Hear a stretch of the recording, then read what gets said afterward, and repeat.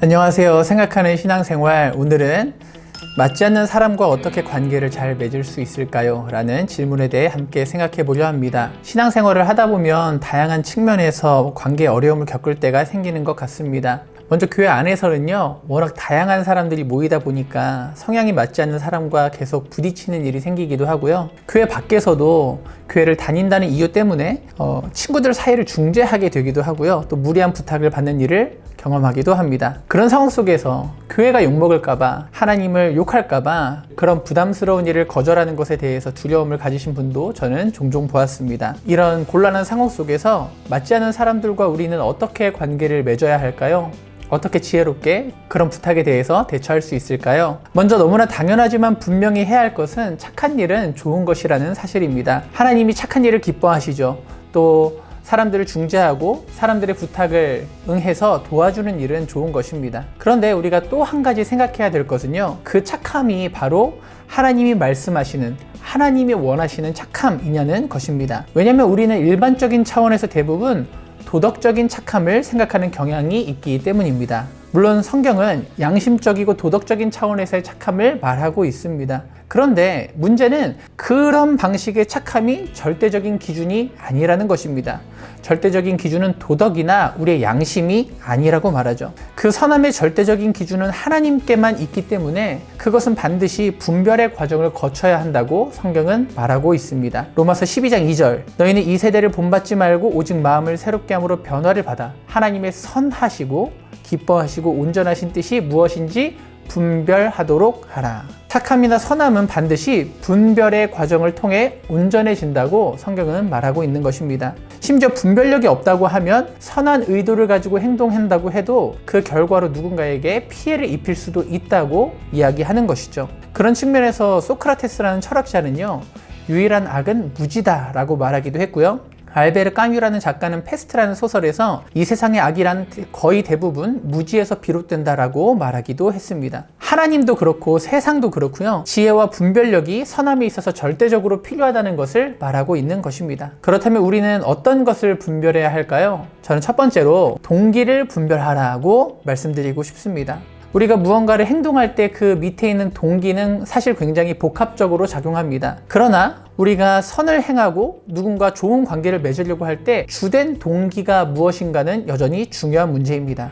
우리는 때로 양심의 가책을 피하고 싶어서, 아니면 누군가에게 착한 사람으로 보이고 싶어서 착한 행동을 할 수 있습니다. 아니면 우리 안에 괜한 영웅 심리가 작동하거나 누군가가 나를 의지한다는 사실 자체를 즐기고 있어서 누군가를 도울 수도 있는 것입니다. 이런 것은 우리를 의무감이나 율법주의로, 아니면 정반대로 자기의나 자기 자랑으로 치우치게 하는 동기가 됩니다. 잠깐 그것이 좋은 결과를 만들 수 있어도 궁극적으로 하나님이 기뻐하시지 않고 하나님이 원하시는 열매를 맺지 못하는 것입니다. 그렇기 때문에 우리가 누군가와 좋은 관계를 맺고 도우려고 할 때 누군가를 진심으로 위하는 사랑과 긍휼의 마음이 있는가를 점검해 보는 것은 여전히 중요한 것입니다. 두 번째로요, 우리는 이 관계 속에서 나 자신의 한계를 분별하는 것이 필요합니다. 누군가를 돕고자 할 때 나 자신의 한계를 알아야 된다라는 것입니다. 왜냐하면 기독교 신앙은요, 나 자신을 포함해서 인간이라는 것 자체가 누군가에게 절대적인 의지와 도움이 될 수 없다고 말하기 때문입니다. 기독교 상담은요, 일반 상담과 결정적인 한 가지 차이점을 갖고 있는데요, 그것은 바로 성령님의 존재입니다. 마태복음 18장 20절에 이렇게 말하죠. 두세 사람이 내 이름으로 모인 곳에는 나도 그들 중에 있느니라.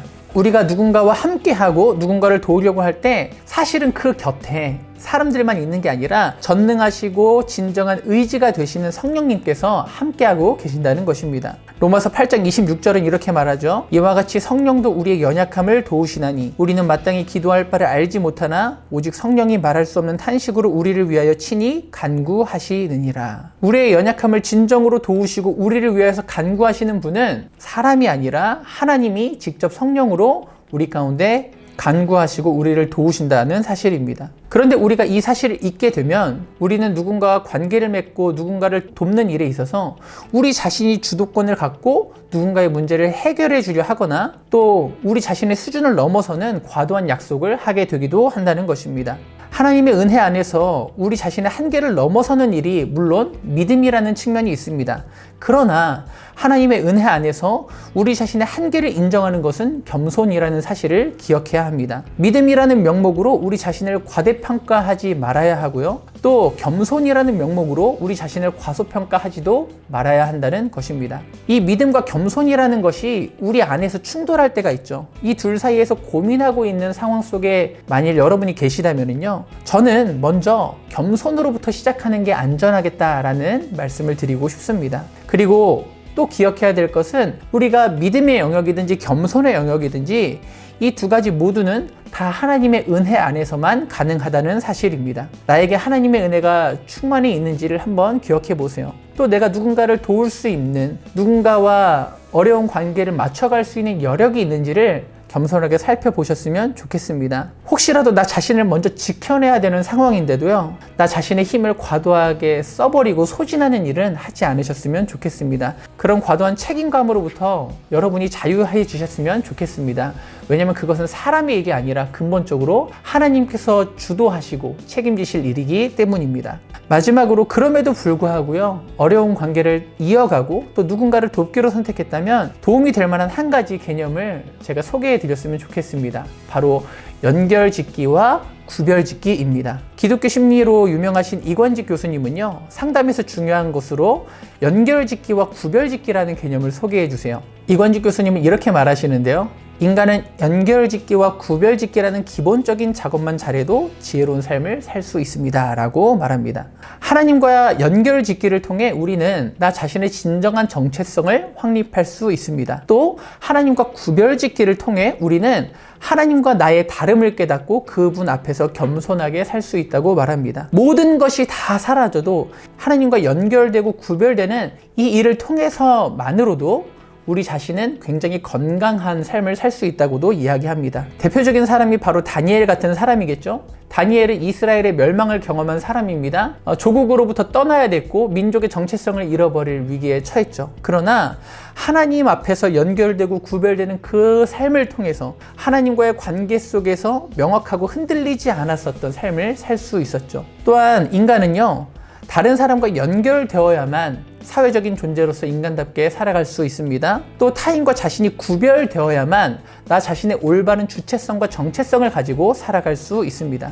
이런 네 가지 측면에서 하나님과 연결되는가 구별되는가, 사람들과 연결되는가 구별되는가 라는 이 네 가지 측면에서 우리는 이런 질문들을 해볼 수 있을 것입니다.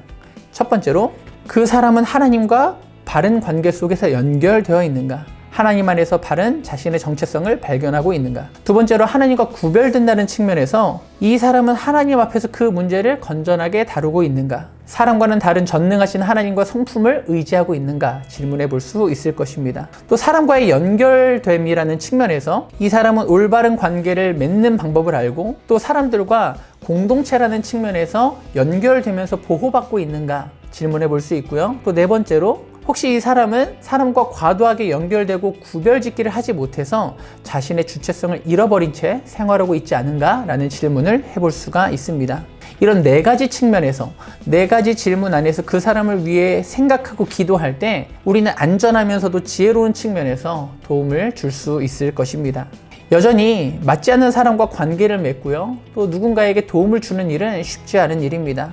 사실 우리 모두는요, 누군가에게 도움을 주기에 앞서서 사실 우리의 삶이 벅차고 도움을 간절히 바라는 사람들이기도 하죠. 그런 가운데 선한 일을 하는 것은 어렵습니다. 심리학에서는요, 인간의 마음에 방어 기제가 있다라고 얘기해요. 또 인간의 무의식의 세계는 우리가 인지할 수 없고 굉장히 넓다라고 이야기합니다. 게다가 우리는 누군가와 관계를 맺을 때 그 사람의 사정과 상황을 잘 알지 못하기도 하죠. 예레미야 17장 9절은요, 무엇보다 부패하고 간사한 것은 인간의 마음이라고까지 이야기를 합니다. 그러나 그럼에도 불구하고 한 가지 소망이 우리에게 있습니다. 바로 우리 가운데 전능하신 하나님, 또 우리를 위해 독생자를 주시기까지 우리를 사랑하시고 위하시는 하나님이 함께 하신다는 사실입니다. 그분은 우리의 연약함을 경험하셨고요, 우리를 위해 중보하시는 대제사장이라고 히브리서 4장은 이야기하고 있습니다.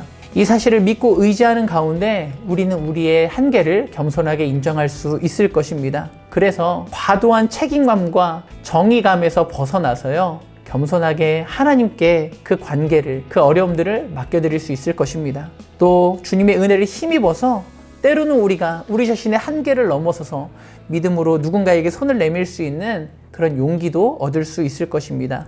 성령님과의 교제와 관계 속에서 이 겸손과 믿음을 구하며 분별하며 그 관계를 올바르게 맺어가는 우리 모두가 될 수 있기를 주님의 이름으로 축복합니다. 저는 다음 시간에 다른 주제로 다시 찾아뵙겠습니다. 여러분 안녕히 계세요.